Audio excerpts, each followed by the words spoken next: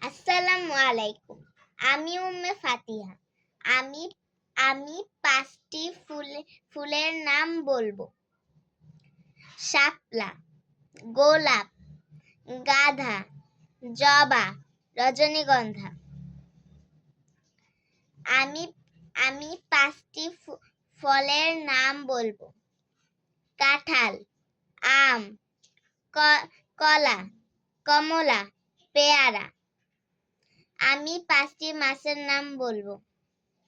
ইলিশ, চিংড়ি, কাতলা, রুই, বোয়াল। আমি পাঁচটি পাখির নাম বলবো। দোয়েল, কবুতর, মুরগি, টিয়া, মাছরাঙা।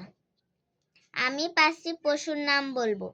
বাঘ, ষাঁড়, খরগোশ, বিড়াল, কুকুর।